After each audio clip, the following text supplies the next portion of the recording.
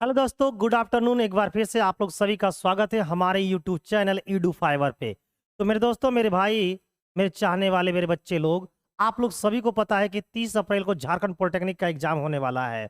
और झारखंड के जो पॉलिटेक्निक हैं उसमें जिस तरीके से एग्जाम में क्वेश्चन पूछे जाते हैं, एकदम वही हूबहू, एकदम उसी टाइप का क्वेश्चन मैं आपके लिए लेकर आया हूँ।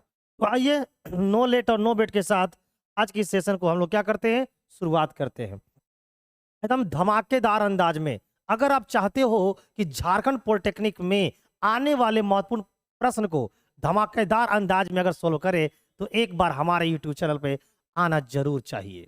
आप लोगों को आना ना भूले मेरे दोस्तों। तो चलिए, नो लेट नो वेट, आज की सेशन को स्टार्ट कर देते हैं दबा के। अब की बार क्या, तो पॉलिटेक्निक पार। अगर आप चाहते हो कि पॉलिटेक्निक में हमारा एडिशन हो जाए, तो एक बार, बस एक बार हमारे यूट्यूब चैनल पे आइए और क्लास करके देखिए। और आपकी रैंक अगर 1 से 100 ना आए तो मुझे बोलिए। तो चलिए, नो लेट नो वेट के साथ आज हम लोग इलेक्ट्रिसिटी का करेंगे एमसीक्यू। आज हम लोग इलेक्ट्रिसिटी का एमसीक्यू करेंगे। तो चलिए, पहला क्वेश्चन लेते हैं और देखते हैं क्या है। देखिए, आज हम लोग करने वाले हैं इलेक्ट्रिसिटी का एमसीक्यू। किसका करने वाले हैं प्यारे मित्र? तो आप बोलिएगा सर, एमसीक्यू हम लोग करने वाले हैं इलेक्ट्रिसिटी का, यानी कि विद्युत का। इससे पहले मैं आप लोग को लाइट का करवा रखा हूं, अब मैं करवाने जा रहा हूं इलेक्ट्रिसिटी का। ठीक है, चलिए।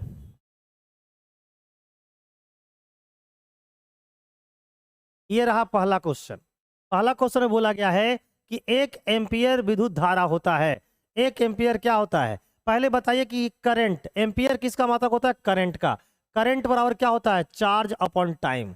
अब चार्ज को हम लोग किस में लिखते हैं? तो चार्ज को लिखते हैं हम लोग कूलॉम में। क्या लिखते हैं? कूलॉम में। और टाइम को क्या लिखते हैं? सेकेंड में। तो क्या हो जाएगा? 1 coulomb upon 1 second. 1 coulomb upon 1 second, यानी कि इसका राइट आंसर क्या हो जाएगा? Option number 1। ठीक है, तो 1 एम्पियर इक्वल टू क्या होगा?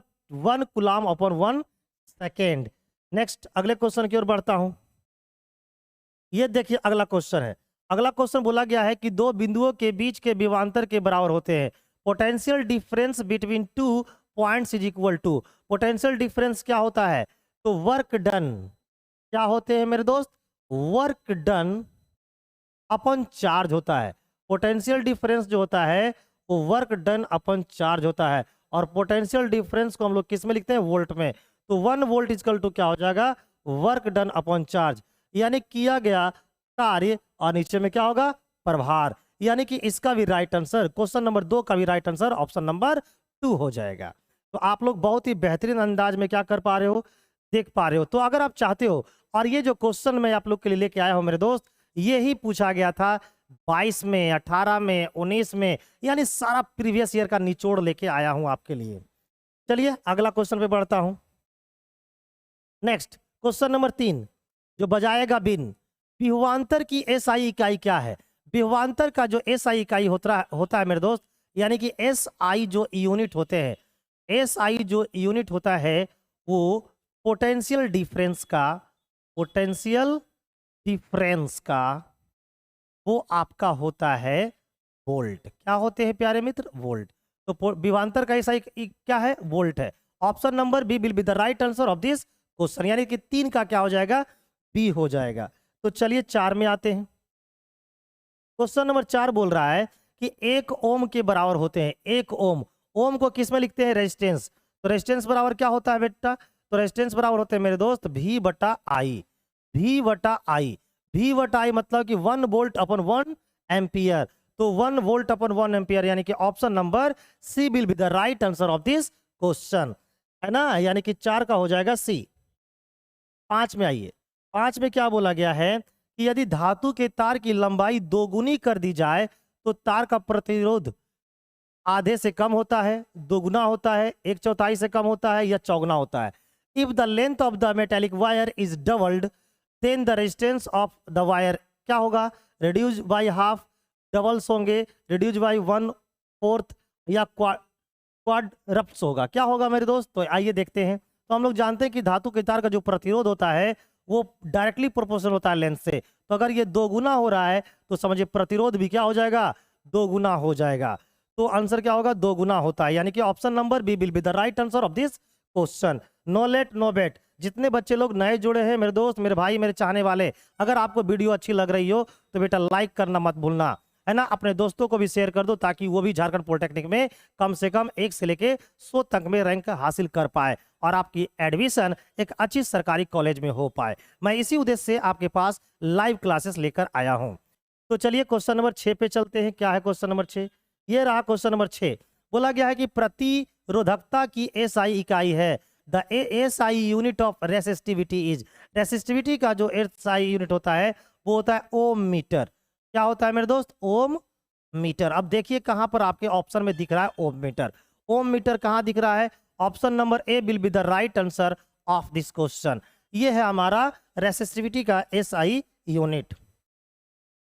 चलिए क्वेश्चन नंबर 7 पे आते हैं। कहता है कि जब प्रतिरोधकों को श्रृंखला में जोड़ा जाता है तब क्या होता है? प्रत्येक प्रतिरोधक की विद्युत धारा परिपथ के विद्युत धारा के समान होता है। प्रत्येक प्रतिरोधक से गुजरने वाली वोल्टेज परिपथ के कुल वोल्टेज के समान होती है। प्रत्येक प्रतिरोधक से गुजरने वाली विद्युत धारा का योग परिपथ के कुल विद्युत धारा का योग के समान होती है। सबसे छोटी व्यक्तिगत प्रतिरोध की प्रभावी प्रतिरोध कम होता है। when the resistors are connected in series, then current through each resistors is same as the current in the circuit. Voltage across each resistors is same as the total voltage in the circuit. The sum of the current passing through each resistors is same as the total current in the circuit. या फिर the effective resistance is less than the smallest of the individual resistance. क्या होगा इसका right answer? तो इसका right answer हो जाएगा option number A, है ना। तब क्या होता है कि प्रत्येक प्रतिरोधक की जो विद्युत धारा होती है वो परिपथ की विद्युत धारा के समान होती है, यानी कि option number A will be the right answer of this question. तो 7 का हो जाएगा 1 नंबर। चलिए 8 में आइए। ये क्वेश्चन नंबर 8 रहा प्यारे मित्रों। बताइए इसका आंसर क्या है। लिखा कि जब दो प्रतिरोधक R1 और R2 को समांतर जोड़ा जाता है तो समांतर संयोजन का समतुल्य प्रतिरोध क्या होगा? मैंने आप लोग को बताया था, यानी R1 है और ये R2 है। अगर इन दोनों को हम लोग पैरेलल में जोड़ दे, किसमें जोड़ दे मेरे दोस्त? पैरेलल में, तो भाई टोटल रेजिस्टेंस क्या होगा? तो मैंने बताया था कि टोटल रेजिस्टेंस जो होता है वो R1 इंटू R2 और बट्टे में क्या होगा? R1 plus R2। तो देख लीजिए ये ऑप्शन कहाँ आपको दिखाई दे रहा है, ये चीज आपको कौन सी ऑप्शन में दिखाई दे रही है? तो option number D will be the right answer of this question. इसका जो टोटल रेजिस्टेंस होगा वो R1 इंटू R2 अपन में R1 प्लस R2 हो जाएगा। क्वेश्चन नंबर 9 पे आते हैं। क्वेश्चन नंबर 9 क्या बोल रहा है कि जूल के ऊष्मा के सिद्धांत के अनुसार विद्युत धारा के कारण निर्मित ऊष्मा के द्वारा दी जाती है। किसके द्वारा दी जाती है? According to Joule's law of heating, the heat generated due to electric current is given by। किससे दिया जाता है? तो हम लोग जानते हैं, हमारे गुरुदेव पढ़ाए थे कि H बराबर होता है I स्क्वायर RT। तो हीट दिया जाता है H बराबर I स्क्वायर RT, इसलिए इसका राइट आंसर हो जाएंगे option number A will be the right answer of this question. तो जितने लोग बेटा लाइव जुड़े हुए हैं, जितने लोग है ना पहली बार क्लास को देख रहे हैं, एक बार चैनल को सब्सक्राइब करेंगे, लाइक करेंगे और अपने दोस्तों को शेयर करेंगे मेरे भाई, तभी तो मुझे ऐसी क्लास लेने में मजा आएगा। आइए अगले क्वेश्चन में बोलते हैं। अगला क्वेश्चन बोलता है कि 1 वाट विद्युत शक्ति के बराबर होता है। 1 watt of power is equal to, 1 watt of power is equal to किसके बराबर होता है? तो आइए 1 वाट बराबर होता है पावर इक्वल टू होता है आपको 1 बराबर वाट बराबर होता है आपको पावर इक्वल टू होता है V गुना P।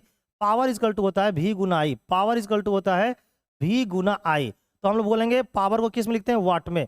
तो 1 वाट बराबर बोल सकते हैं 1 volt into 1 ampere. 1 volt into 1 ampere, यानी कि option number A will be the right answer of this question. तो क्वेश्चन नंबर 10 का राइट आंसर आपका ए हो जाएगा। ठीक है, चलिए जितने बच्चे लोग लाइव देख रहे हैं बहुत मजा आ रहा है, आप लोग भी जवाब दीजिए, तभी तो पॉलिटेक्निक का बेड़ा पार होगा। और मैंने लिख ही दिया है अब की बार पॉलिटेक्निक पार। तो अगर मेरे लाइव सेशन को आप देखते हो और अगर मेरी क्लास को आप लोग बाद में भी देखते हो तो आपका समझ जाओ रैंक 1 से 100 आने वाला है। क्वेश्चन नंबर 11 देखिए, कहता है कि विद्युत ऊर्जा की व्यावसायिक इकाई क्या है? The commercial unit of electric energy is. क्या होता है? तो commercial unit of electrical energy होता है आपको किलोवाट घंटा, और किलोवाट घंटा जो है वो हमारे ऑप्शन नंबर ए में दिख रहे हैं, इसलिए इसका राइट आंसर हो जाएगा option number A will be the right answer. अब अगर 1 किलोवाट घंटा बराबर आपसे पूछे तो 1 किलोवाट घंटा बराबर होता है आपको 3.6 into 10 to the power 6 joule होते हैं, या इसी को हम लोग बोलते हैं 1 यूनिट। इसी को क्या बोलते हैं मेरे दोस्त? 1 यूनिट। ठीक है, आगे बढ़िए नो लेट और नो बेट के साथ। क्वेश्चन नंबर 12 में बोलता है कि तार की प्रतिरोधकता होती है the resistance of a wire is, क्या होती है? उसके अनुप्रस्थ काट के क्षेत्रफल के समानुपाती होती है। ये तो बिल्कुल गलत है। Directly proportional to its area of the cross sectional, ये तो बिल्कुल गलत है। उसके अनुप्रस्थ काट के क्षेत्रफल के वैध समानुपाती होती है, यही तो सही है। Inversely proportional to its area of cross section, यानी किसी तार की जो प्रतिरोधकता होती है, जो रेसिस्टेंस होता है, वो क्या होता है?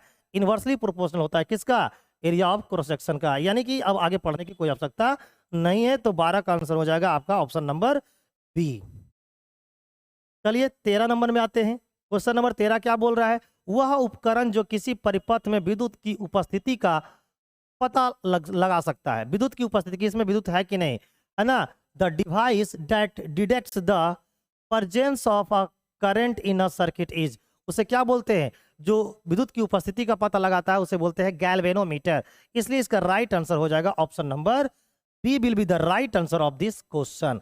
जो विद्युत की उपस्थिति का पता लगाता है मेरे भाई, मेरे दोस्त, मेरे चाहने वाले बच्चे, उसे बोलते हैं गैल्वेनोमीटर, यानी इसका राइट आंसर हो जाएगा option number B. Question number 14 में आते हैं। कहता है कि विद्युत प्रवाह के उत्पादन के लिए उपयोग किए जाने वाले विद्युत प्रवाह के उत्पादन के लिए उपयोग किए जाने वाले उपकरण को कहा जाता है। The device used for producing electric current is called, क्या बोलते हैं? जो विद्युत का उत्पादन करता है उसे क्या बोलते हैं? जनरेटर, यानी कि उसे बोलते हैं जनरेटर। इसलिए इसका राइट आंसर हो जाएगा option number A will be the right answer of this question. चलिए अगले क्वेश्चन की ओर मूव करता हूं। अगले क्वेश्चन है हमारा क्वेश्चन नंबर 15। इसमें बोला गया है कि विद्युत धारा की दिशा ली जाती है। The direction of the electric current is taken. मैं आप लोग को क्लासरूम में पढ़ा रखा हूं कि विद्युत धारा की जो दिशा ली जाती है वो इलेक्ट्रॉनों के प्रवाह के विपरीत ली जाती है, यानी जिधर इलेक्ट्रॉन प्रवाह होगा उसके विपरीत डायरेक्शन में करंट का प्रवाह होता है। तो आइए पढ़ के देखते हैं। इलेक्ट्रॉनों की प्रवाह की दिशा के समान, ये तो बिल्कुल गलत है। Same as the direction of flow of electrons, ये तो बिल्कुल गलत है मेरे दोस्त। इलेक्ट्रॉनों की प्रवाह की दिशा के विपरीत, यही तो सही है। Opposite to the direction of flow of electrons. अब पढ़ने की कोई आवश्यकता नहीं है, इसलिए इसका राइट आंसर क्या हो जाएगा? बी हो जाएगा। तो चलिए मेरे दोस्त, मेरे भाई, मेरे चाहने वाले जितने बच्चे लोग लाइव देख रहे थे, जितने बच्चे लोग नए देख रहे थे, पहली बार हमारे चैनल पे आए थे, मेरे दोस्त, मेरे भाई, आपको अगर हमारी क्लास अच्छी लगा होगा तो एक बार वीडियो को लाइक कर दीजिएगा और ज़्यादा से ज़्यादा लोगों को शेयर कर दीजिएगा मेरे दोस्त, क्योंकि आपकी एक शेयर करने से हमारे अंदर वो एनर्जी आती है जिससे कि मैं इस तरह का क्लास आपको ले सकूं और आपकी रैंक को 1 से 100 में लाऊं और झारखंड में एकदम सरकारी पॉलिटेक्निक कॉलेजों में आपका एडमिशन करवा पाऊं। थैंक यू, बाय बाय, मिलते हैं अगले सेशन में।